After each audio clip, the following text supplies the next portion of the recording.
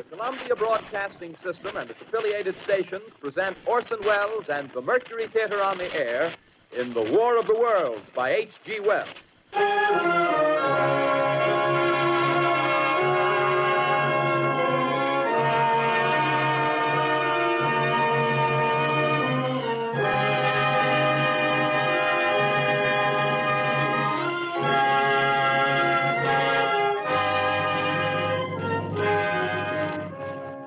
Ladies and gentlemen, the director of the Mercury Theatre and star of these broadcasts, Orson Welles.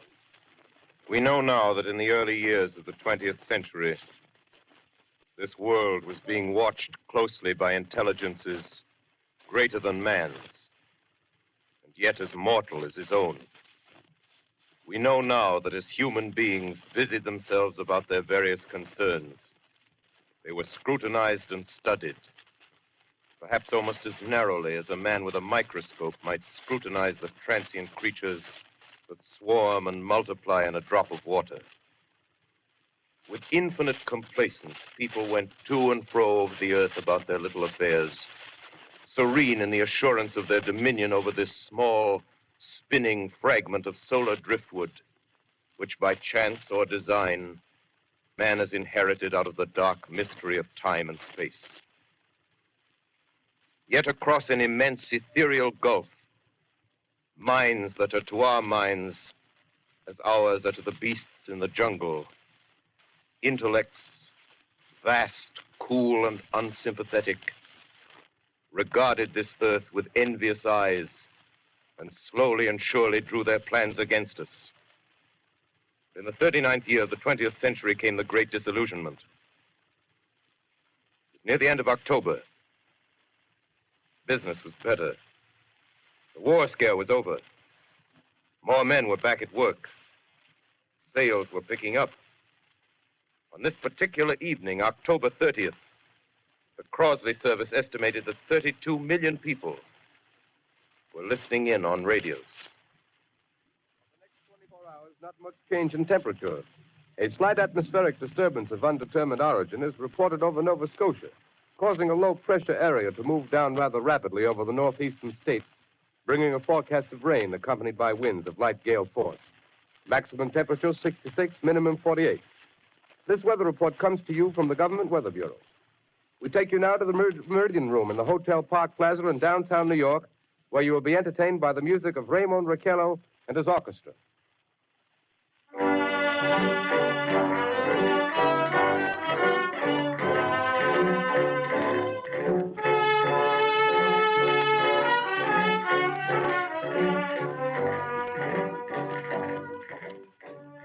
Good evening, ladies and gentlemen. From the Meridian Room in the Park Plaza Hotel in New York City, we bring you the music of Raymond Raquello and his orchestra. With a touch of the Spanish, Raymond Raquello leads off with La Comparsita.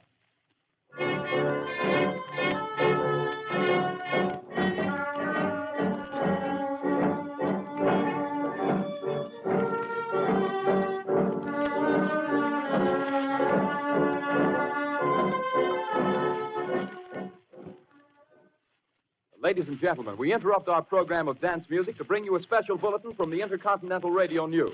At 20 minutes before 8 Central Time, Professor Farrell of the Mount Jennings Observatory, Chicago, Illinois, reports observing several explosions of incandescent gas occurring at regular intervals on the planet Mars.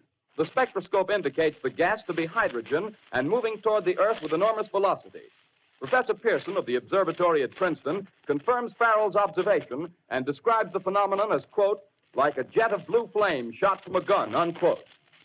We now return you to the music of Raymond Raquello, playing for you in the Meridian Room of the Park Plaza Hotel, situated in downtown New York.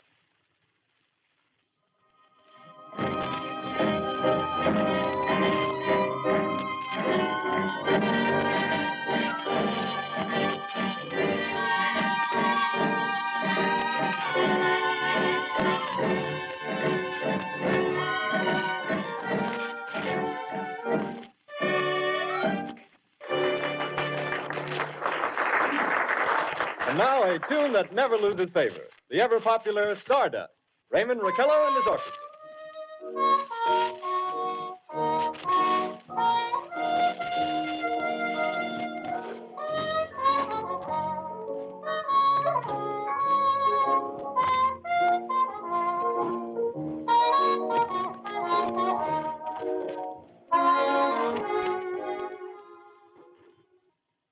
Ladies and gentlemen, following on the news given in our bulletin a moment ago, the Government Meteorological Bureau has requested the large observatories of the country to keep an astronomical watch on any further disturbances occurring on the planet Mars. Due to the unusual nature of this occurrence, we have arranged an interview with the noted astronomer, Professor Pearson, who will give us his views on this event. In a few moments, we will take you to the Princeton Observatory at Princeton, New Jersey. We return you until then to the music of Ramon Raquello and his orchestra.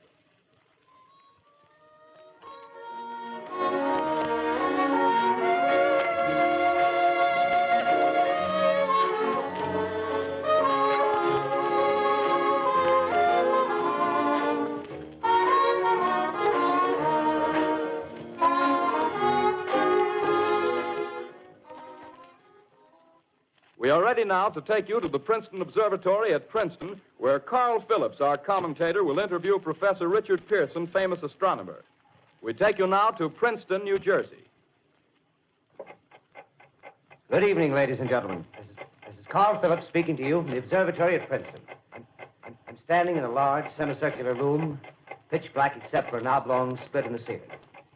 Through this opening, I can see a sprinkling of stars that cast a kind of frosty glow over the intricate mechanism of the huge telescope.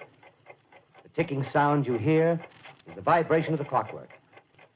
Professor Pearson stands directly above me on a small platform, peering through the giant lens. I'll ask you to be patient, ladies and gentlemen, during any delay that may arise during our interview.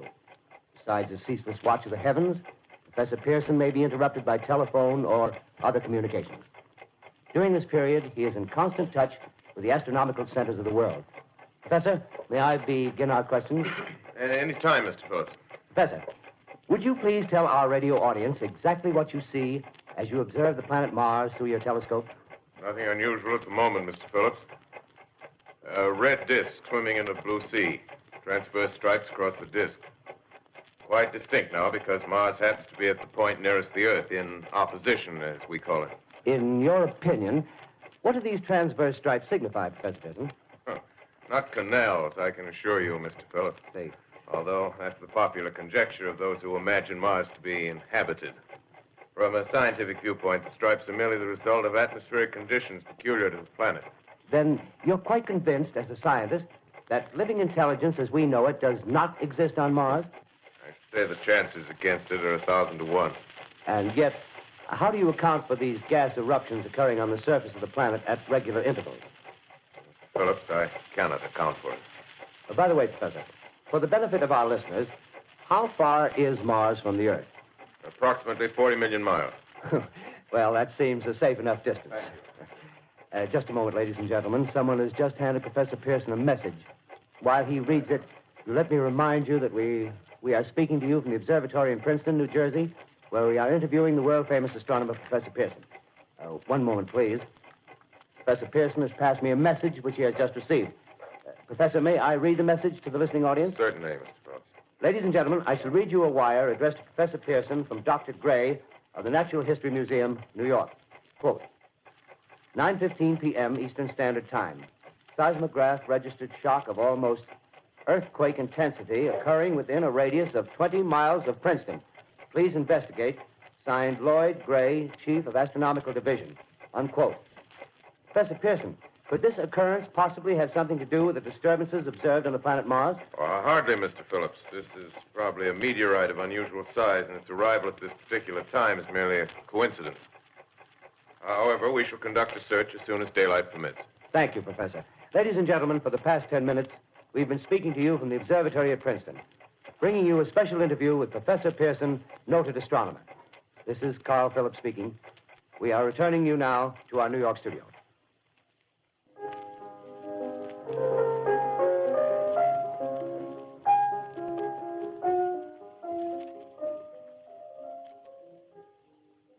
Ladies and gentlemen, here is the latest bulletin from the Intercontinental Radio News. Toronto, Canada. Professor Morse of Macmillan University reports observing a total of 3 explosions on the planet Mars between the hours of 7:45 p.m. and 9:20 p.m. Eastern Standard Time.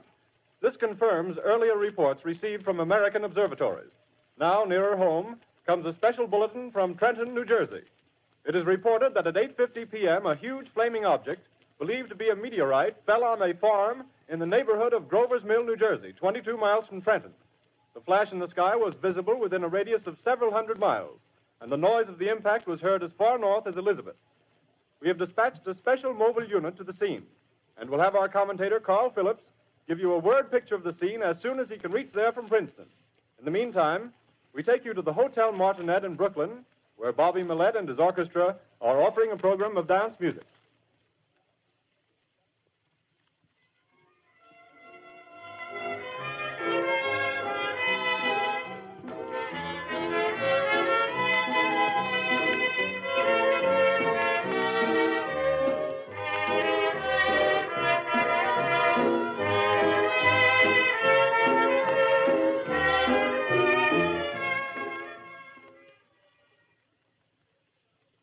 We take you now to Grover's Mill, New Jersey.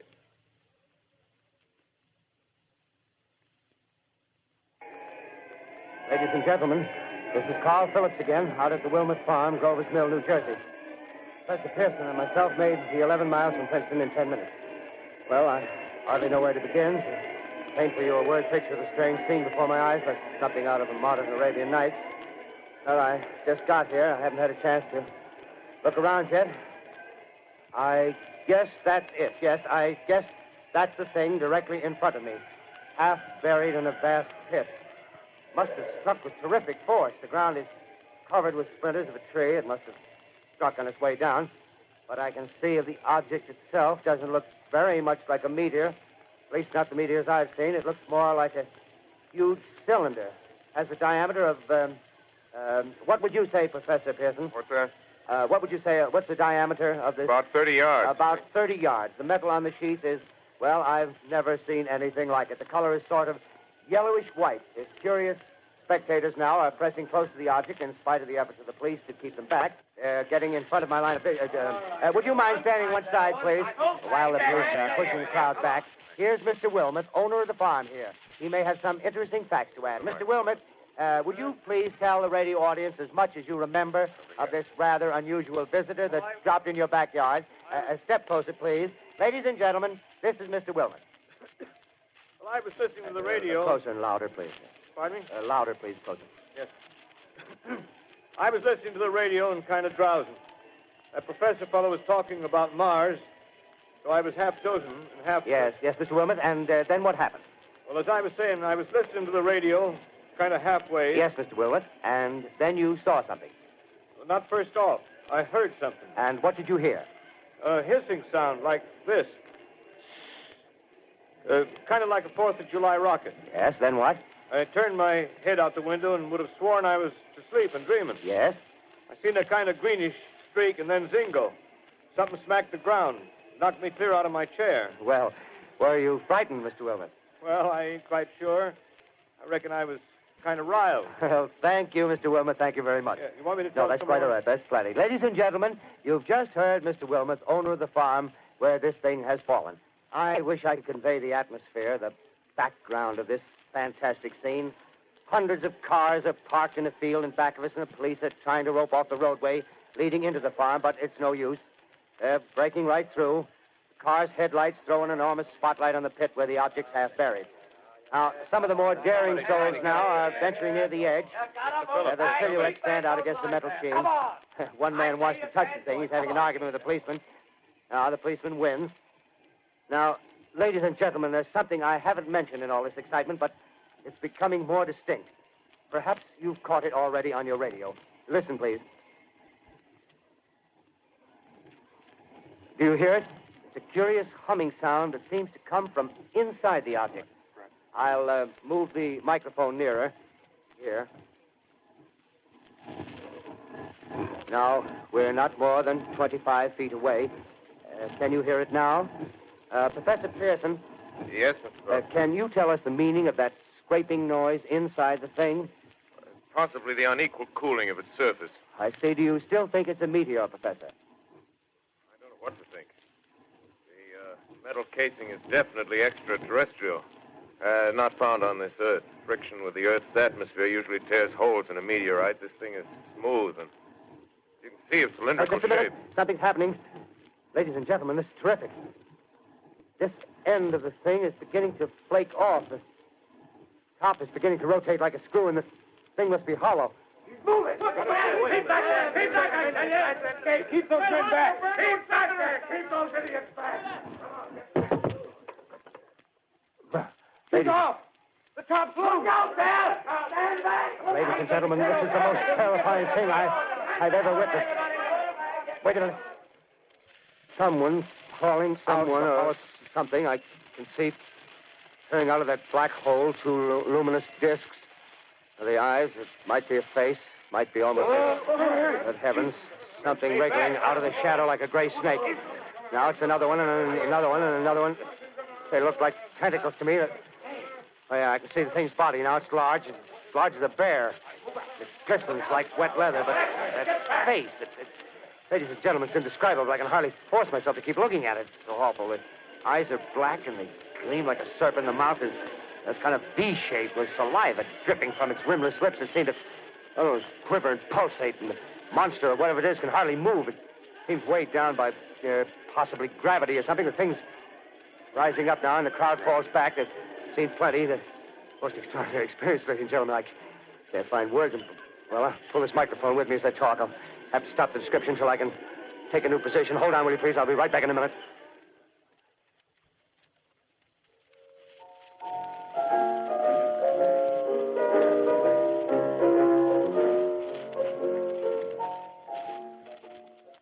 We are bringing you an eyewitness account of what's happening on the Wilmuth Farm, Grover's Mill, New Jersey.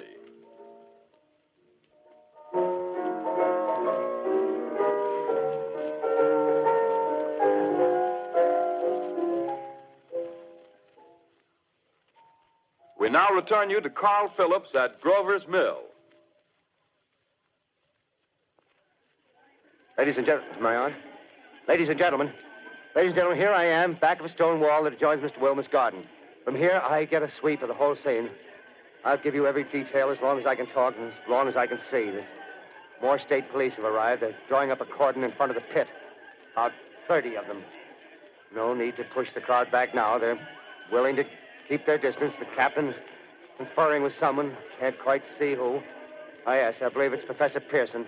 Yes, it is. Now they've parted, and the professor moves around one side, studying the object while the captain and two policemen advance with something in their hands. I can see it now. It's a white handkerchief tied to a pole. Flag of truce. If those creatures know what that means, what anything means.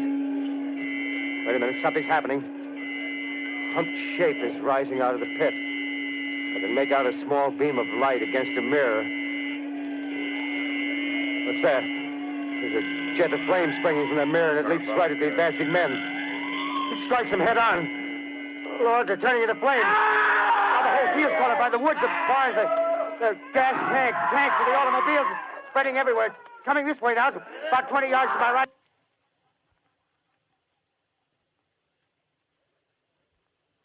Ladies and gentlemen, due to circumstances beyond our control, we are unable to continue the broadcast from Grover's Mill. Evidently, there's some difficulty with our field transmission. However, we will return to that point at the earliest opportunity. In the meantime, we have a late bulletin from San Diego, California. Professor Indelkoffer, speaking at a dinner of the California Astronomical Society, expressed the opinion that the explosions on Mars are undoubtedly nothing more than severe volcanic disturbances on the surface of the planet. We continue now with our piano interlude.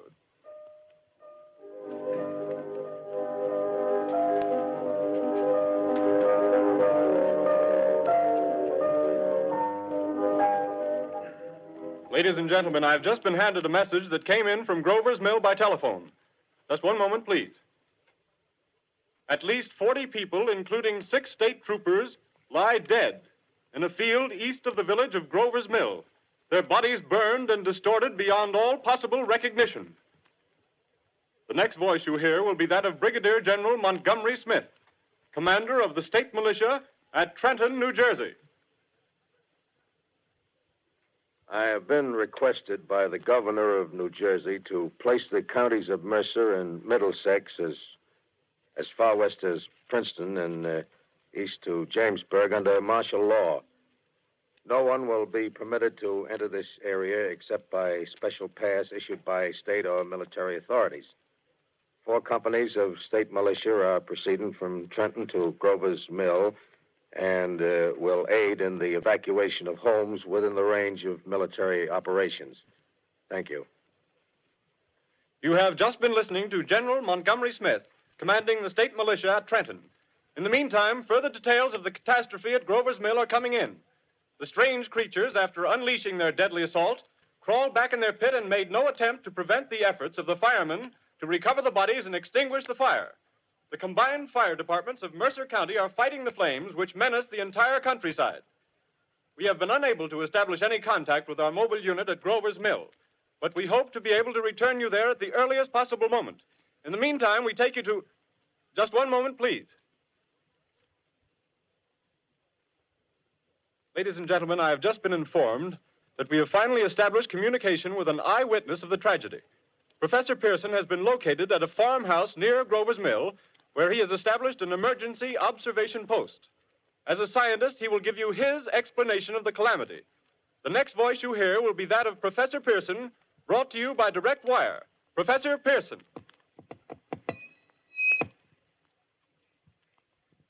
Of the creatures in the rocket cylinder at Grover's Mill, I can give you no authoritative information either as to their nature, their origin, or their purposes here on Earth. Of their destructive instrument, I might venture some conjectural explanation. For want of a better term, I shall refer to the mysterious weapon as a heat ray. It's all too evident that these creatures have scientific knowledge far in advance of our own. It's my guess that in some way they are able to generate an intense heat in a chamber of practically absolute non-conductivity. This intense heat they project in a parallel beam against any object they choose by means of a polished parabolic mirror of unknown composition, much as the mirror of a lighthouse projects a beam of light. That is my conjecture of the origin of the heat ray. Thank you, Professor Pearson. Ladies and gentlemen, here is a bulletin from Trenton. It is a brief statement informing us that the charred body of Carl Phillips has been identified in a Trenton hospital. Now, here's another bulletin from Washington, D.C. The Office of the Director of the National Red Cross reports 10 units of Red Cross emergency workers have been assigned to the headquarters of the state militia, stationed outside of Grover's Mill, New Jersey. Here's a bulletin from State Police, Princeton Junction. The fires at Grover's Mill and vicinity are now under control. Scouts report all quiet in the pit, and there is no sign of life appearing from the mouth of the cylinder. Now, ladies and gentlemen, we have a special statement from Mr. Harry McDonald, Vice President in charge of operations. We have received a request from the state militia of Trenton to place at their disposal our entire broadcasting facilities. In view of the gravity of the situation, and believing that radio has a responsibility to serve in the public interest at all times, we are turning over our facilities to the state militia at Trenton. We take you now to the field headquarters of the state militia near Grover's Mill, New Jersey. This is Captain Lansing of the Signal Corps, attached to the state militia, now engaged in military operations in the vicinity of Grover's Mill. Situation arising from the reported presence of certain individuals of unidentified nature is now under complete control. The cylindrical object, which lies in a pit directly below our position, surrounded on all sides by 8 battalions of infantry, without heavy field pieces, but adequately armed with rifles and machine guns. All cause for alarm, if such cause ever existed, is now entirely unjustified. Things, whatever they are, do not even venture to poke their heads above the pit. I can see their hiding place plainly in the glare of the searchlights here. With all their reported resources, these creatures can scarcely stand up against heavy machine gun fire. Anyway, it's an interesting outing for the troops. I can make out their khaki uniforms crossing back and forth in front of the lights. Looks almost like a real war. There appears to be some slight smoke in the woods bordering the Millstone River. Probably fire started by campers. Well, we ought to see some action soon. One of the companies is deploying on the left flank. A quick thrust and it'll all be over. Now, wait a minute. I see something on top of the cylinder. No, it's nothing but a shadow. Now the troops are on the edge of the Wilmot Farm. 7,000 armed men closing in on an old metal tube. A tub, rather. Well, wait, that wasn't a shadow. It's something moving. solid metal, kind of a shield-like affair rising up out of the cylinder. It's going higher and higher. What? It's standing on legs, actually rearing up on a sort of metal framework. Now it's reaching above the trees and the searchlights are on it. Hold on.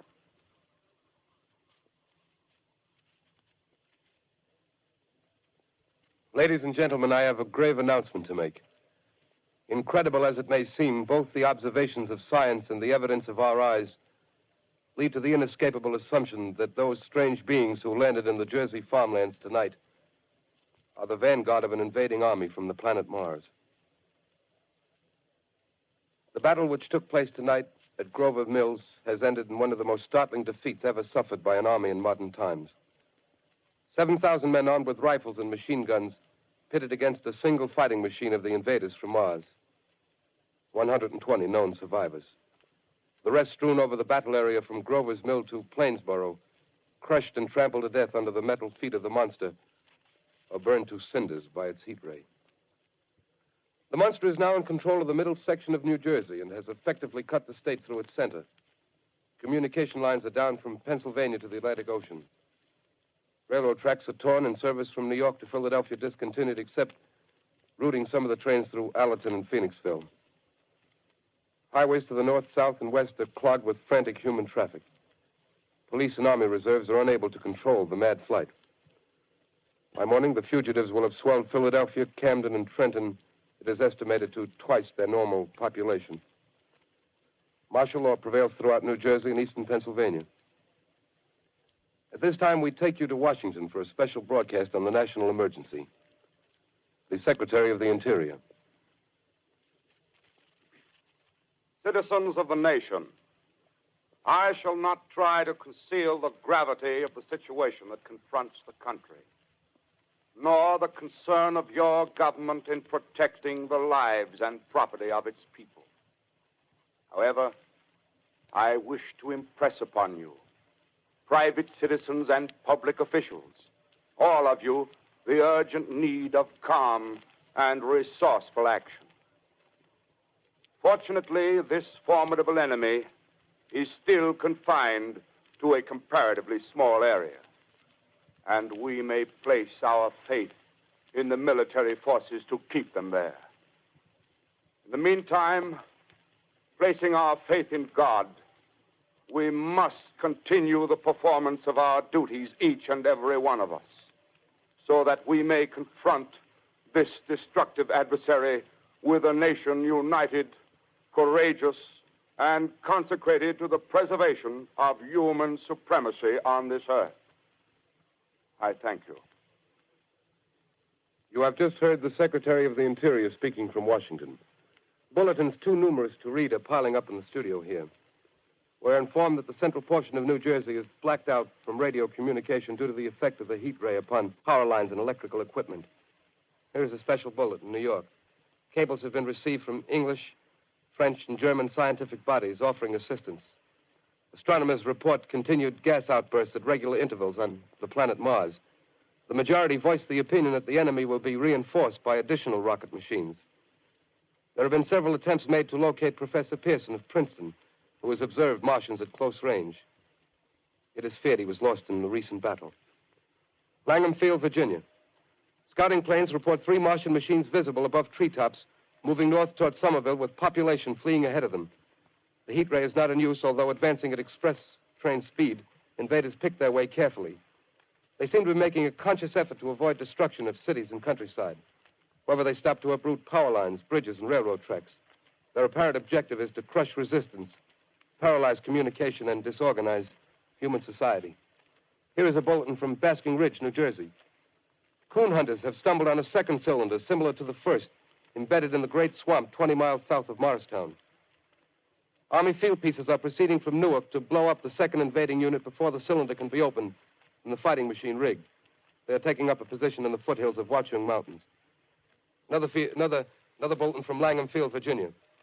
Scouting planes report enemy machines, now 3 in number, increasing speed northward, kicking over houses and trees in their evident haste to form a conjunction with their allies south of Morristown. Machines also sighted by telephone operator east of Middlesex, within 10 miles of Plainfield. Here's a bulletin from Winston Field, Long Island. A fleet of Army bombers carrying heavy explosive flying north in pursuit of enemy. Scouting planes act as guides. They keep the speeding enemy in sight. Just a moment, please, ladies and gentlemen. We've run special wires to the artillery line in adjacent villages to give you direct reports in the zone of the advancing enemy. First, we take you to the battery of the 22nd Field Artillery, located in the Watchung Mountains. Range 32 meters. 32 meters. Direction 39 degrees. 39 degrees. Fire. 140 yards to the right, sir. Shift range 31 meters. 31 meters. Direction 37 degrees. 37 degrees. Fire.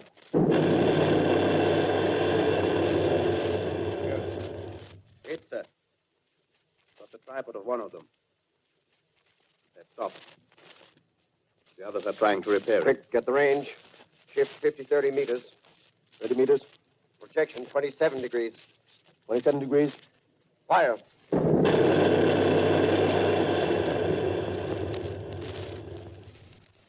see the shell land, sir.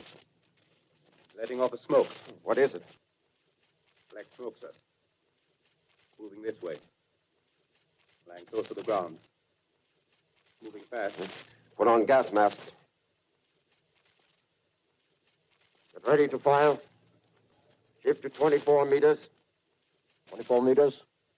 Projection 24 degrees. 24 degrees. Fire.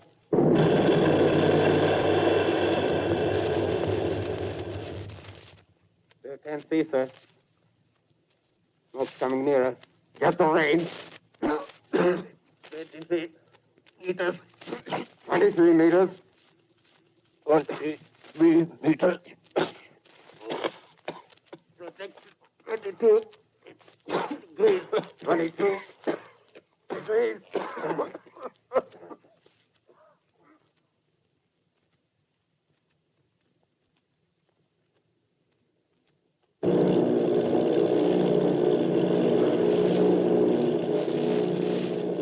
Army bombing plane V-843 off Bayonne, New Jersey. Lieutenant Vogt, commanding 8 bombers, reporting to Commander Fairfax, Langham Field.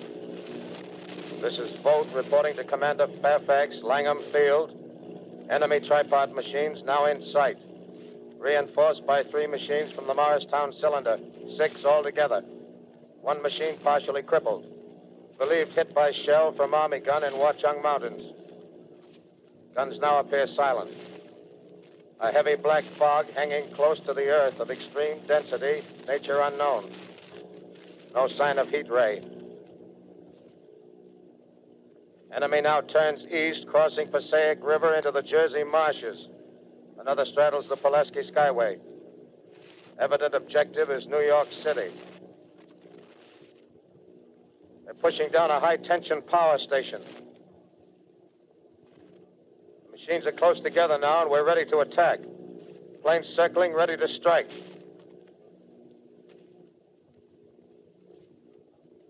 A 1,000 yards, and we'll be over the first.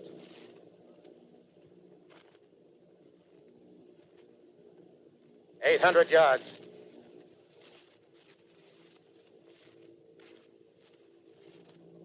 600.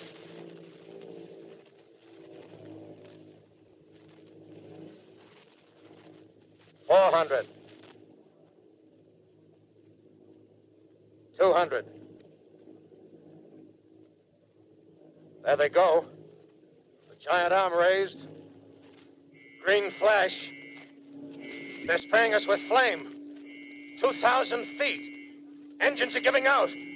No chance to release bombs. Only one thing left. Drop on them, plane and all.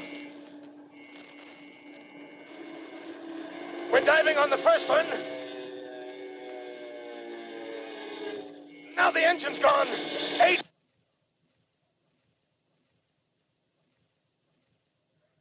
This is Bayonne, New Jersey, calling Langham Field. This is Bayonne, New Jersey, calling Langham Field. Come in, please. This is Langham Field. Go ahead.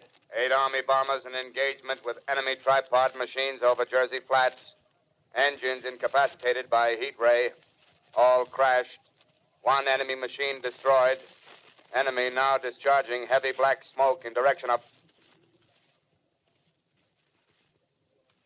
This is Newark, New Jersey. This is Newark, New Jersey. Warning. Poisonous black smoke pouring in from Jersey marshes. Reaches South Street. Gas masks useless. Urge population to move into open spaces. Automobiles use routes 7, 23, 24. Avoid congested areas. Smoke now spreading over Raymond Boulevard.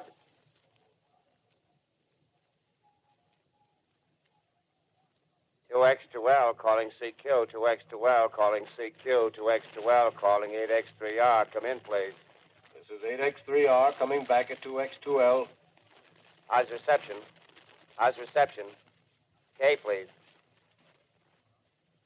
Where are you, 8X3R? What's the matter? Where are you?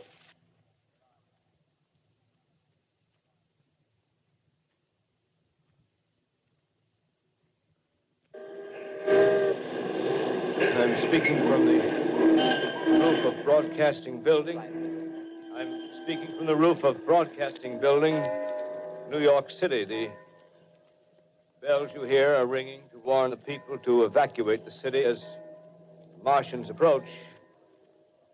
Estimated in the last 2 hours, 3 million people have moved out along the roads to the north.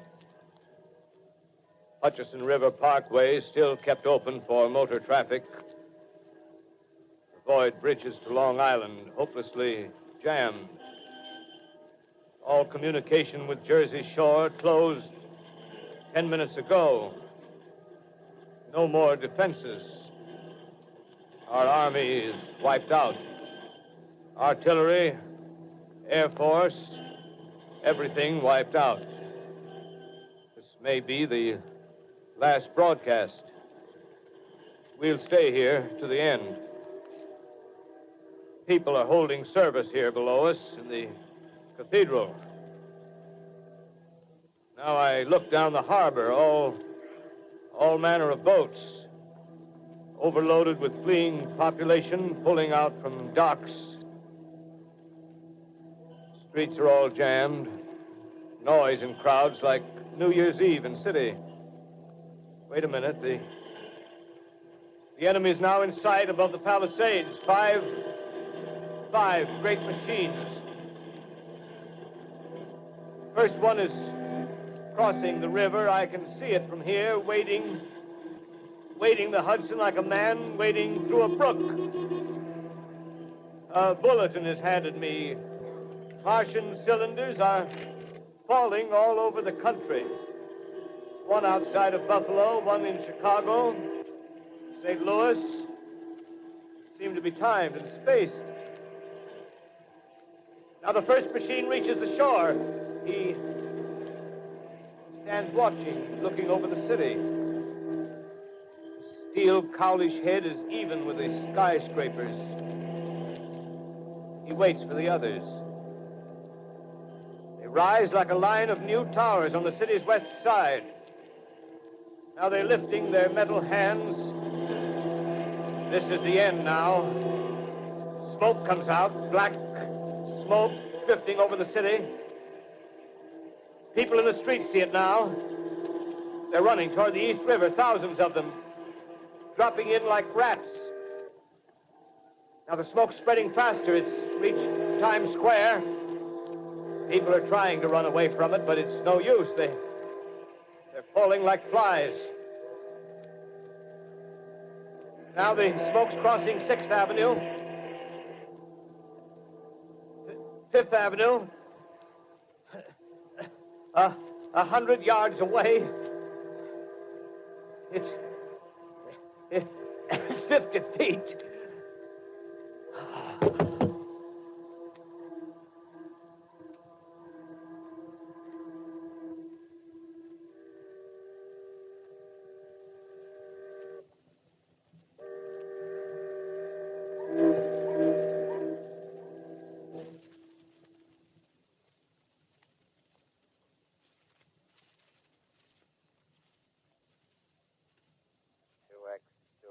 Calling CQ. 2X2L calling CQ. 2X2L calling CQ, New York. Isn't there anyone on the air? Isn't there anyone on the air? Isn't there anyone? 2X2L.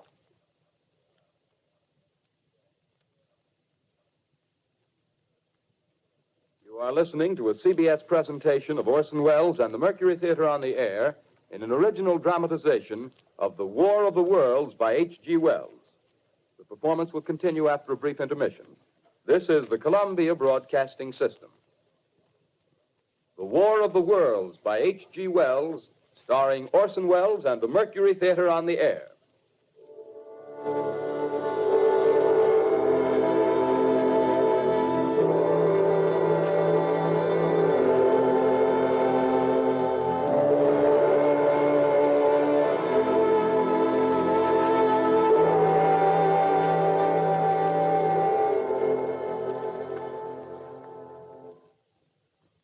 As I set down these notes on paper, I'm obsessed by the thought that I may be the last living man on Earth. I've been hiding in this empty house near Grover's Mill, a small island of daylight cut off by the black smoke from the rest of the world. All that happened before the arrival of these monstrous creatures in the world now seems part of another life. A life that has no continuity with the present. Furtive existence of the lonely derelict who pencils these words on the back of some astronomical notes bearing the signature of Richard Pearson. I look down at my blackened hand and I try to connect them with a professor who lives at Princeton and who, on the night of October 20th, glimpsed through his telescope an orange splash of light on a distant planet. My wife, my colleagues, my students, my books, my observatory, my world. Where are they? Did they ever exist? Am I Richard Pearson? What day is it? Do days exist without calendars? Does time pass when there are no human hands left to wind the clocks? Writing down my daily life, I tell myself I shall preserve human history between the dark covers of this little book that was meant to record the movements of the stars. But to write, I must live, and to live, I must eat. Find moldy bread in the kitchen and an orange not too spoiled to swallow. Keep watch at the window. Time to time, I catch sight of a Martian above the black smoke.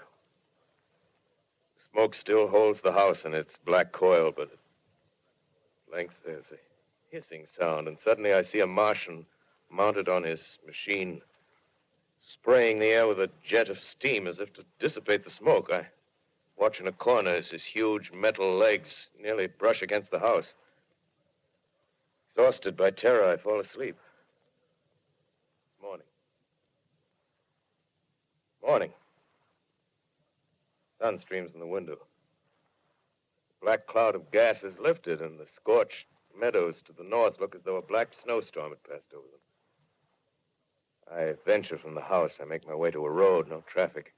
Here and there, a wrecked car, baggage overturned, a blackened skeleton. Push on north. For some reason, I feel safer trailing these monsters than running away from them. And I keep a careful watch.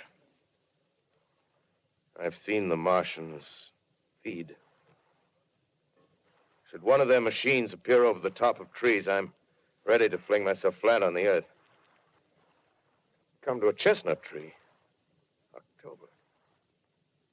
Chestnuts are ripe. Fill my pockets. I must keep alive. 2 days I wander in a vague northerly direction through a desolate world. Finally, I notice a living creature. A small red squirrel in a beech tree. I stare at him and wonder. He stares back at me. I believe at that moment the animal and I shared the same emotion. The joy of finding another living being. Push on north. I find dead cows in a brackish field, and beyond the charred ruins of a dairy and a silo, remain standing guard over the wasteland like a lighthouse, deserted by the sea. Astride the silo perches a weathercock. The arrow points north. North. Next day, I come to a city. City vaguely familiar in its contours, yet its buildings strangely dwarfed and leveled off as if a giant had sliced off its highest towers with a capricious sweep of his hand. Reached the outskirts. I found Newark. Newark, undemolished but humbled by some whim of the advancing Martians. Presently, with an odd feeling of being watched, I caught sight of something crouching in a doorway. I made a step towards it, and it rose up and became a man. A man armed with a large knife. Stop! Where do you come from? I come from many places. A long time ago, from Princeton. Princeton, huh? That's near Grover's Mill. Yes. Grover's Mill. There's no food here. This is my country. All this end of town down the river. There's only food for one. Which way are you going? I don't know. I guess I'm looking for people. Hey, what was that? Did you hear something just then? No. Only a bird. A live bird. Yeah. You get to know that birds have shadows these days. Say, we're in the open here. Let's crawl in this doorway here and talk. Have you seen any Martians? No. They're going over to New York. Night, the sky's alive with their lights, just as if people were still living in it. By daylight, you can't see them. 5 days ago, a couple of them carried something big across the flats from the airport. I think they're learning how to fly. Fly? Yeah, fly. Then it's all over with humanity. Stranger, there's still you and I. 2 of us left. Yeah. They got themselves in solid. They wrecked the greatest country in the world. Those green stars, they're probably falling somewhere every night. They've only lost one machine. There isn't anything to do. We're done. We're licked. Where were you? You're in a uniform. Yeah, what's left of it. I was in the militia. National Guard. That's good. There wasn't any war. Any more than there's war between men and ants. Yes, but we're eatable ants. I found that out. What'll they do to us? I thought it all out. Right now, we're caught as we're wanted. A Martian only has to go a few miles to get a crowd on the run. But they won't keep on doing that. They'll begin catching us systematic, like keeping the best and storing us in cages and things. They haven't begun on us yet. Not begun? Not begun. All that's happened so far is because we don't have sense enough to keep quiet. Bothering them with guns and such stuff and losing our heads and rushing off in crowds.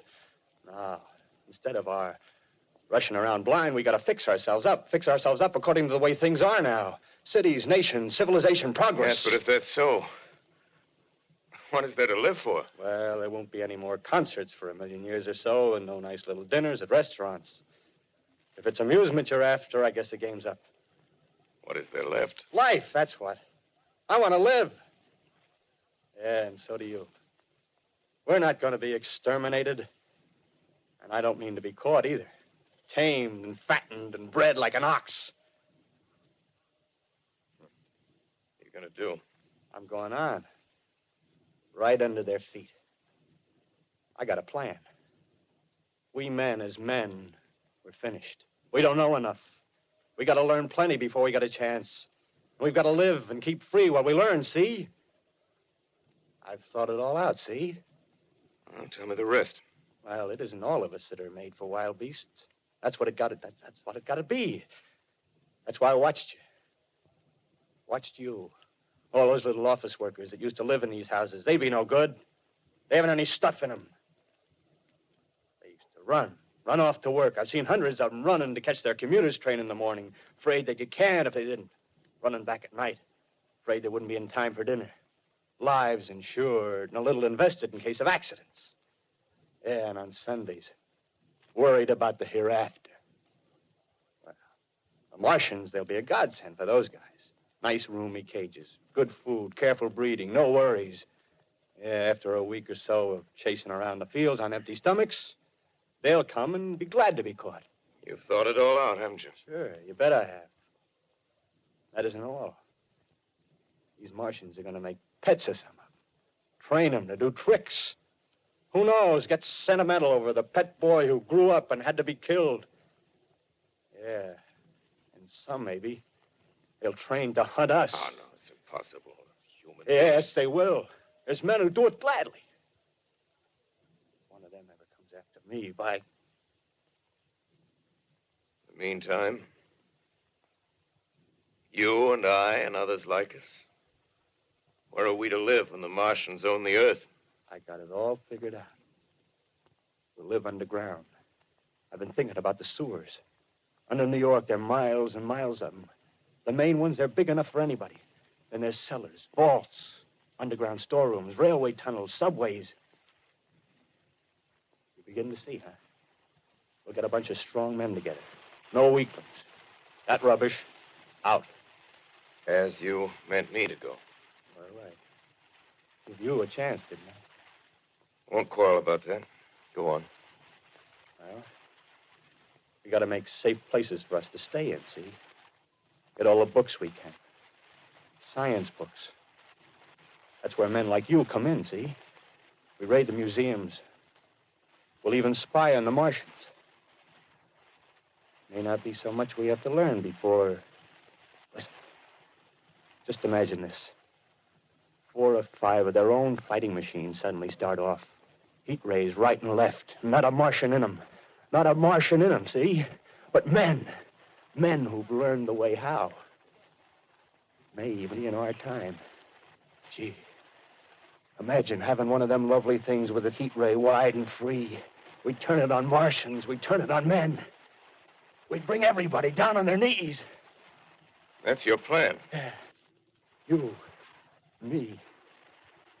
A few more of us. We'd own the world. I see. Hey. Hey, what's the matter? Where are you going? Not to your world. Bye, stranger. Well, after parting with the artilleryman, I came at last to the Holland Tunnel, entered that silent tube. Anxious to know the fate of the great city on the other side of the Hudson. Cautiously, I came out of the tunnel and made my way up Canal Street. Reached 14th Street, and there again were black powder and several bodies and an evil, ominous smell from the gratings of the cellars of some of the houses. I wandered up through the 30s and 40s, stood alone on Times Square. Caught sight of a lean dog running down 7th Avenue with a piece of dark brown meat in his jaws and a pack of starving mongrels at his heels. Made a wide circle around me as though he feared I might prove a fresh competitor. Walked up Broadway in the direction of that strange powder, past silent shop windows, displaying their mute wares to empty sidewalks. Past the Capitol Theater, silent, dark. Past a shooting gallery where a row of empty guns faced an arrested line of wooden ducks. Near Columbus Circle, I noticed models of 1939 motor cars in the showrooms facing empty streets. Over the top of the General Motors building, I watched a flock of black birds circling in the sky. Hurried on. Suddenly, I caught sight of the hood of a Martian machine, standing somewhere in Central Park, gleaming in the late afternoon sun. An insane idea. I rushed recklessly across Columbus Circle and into the park. I climbed a small hill above the pond at 60th Street, and from there I could see standing in a silent row along the mall 19 of those great metal titans, their cowls empty, their steel arms hanging listlessly by their sides. I looked in vain for the monsters that inhabit those machines. Suddenly, my eyes were attracted to the immense flock of black birds that hovered directly below me. They circled to the ground. And there before my eyes, stark and silent, lay the Martians with the hungry birds pecking and tearing brown shreds of flesh from their dead bodies.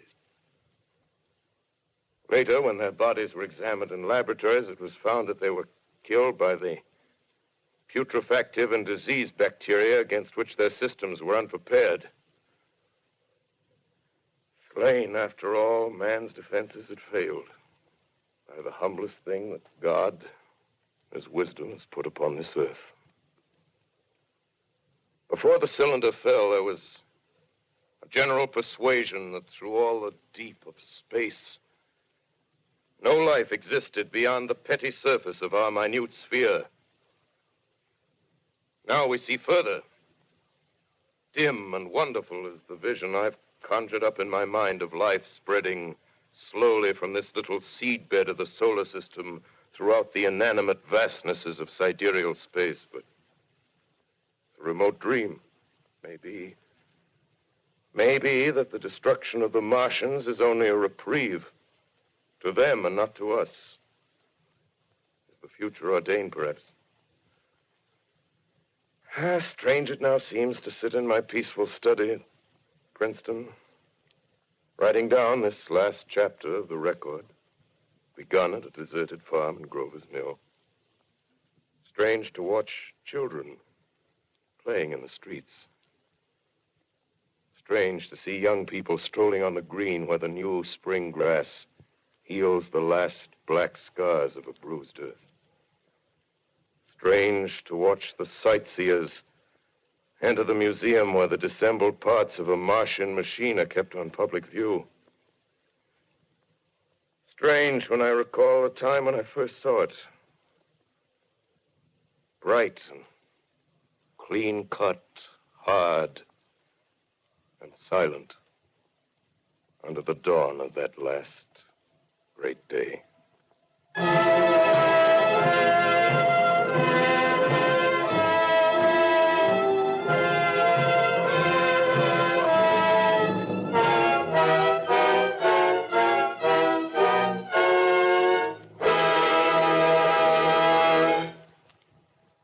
This is Orson Welles, ladies and gentlemen. Out of character, to assure you that the War of the Worlds has no further significance than as the holiday offering it was intended to be. The Mercury Theatre's own radio version of dressing up in a sheet and jumping out of a bush and saying boo. Starting now, we couldn't soap all your windows and steal all your garden gates by tomorrow night, so we did the best next thing. We annihilated the world before your very ears and utterly destroyed the CBS. You will be relieved, I hope, to learn that we didn't mean it and that both institutions are still open for business. So goodbye, everybody, and remember, please, for the next day or so, the terrible lesson you learned tonight. That grinning, glowing, globular invader of your living room is an inhabitant of the pumpkin patch, and if your doorbell rings and nobody's there, that was no Martian. It's Halloween.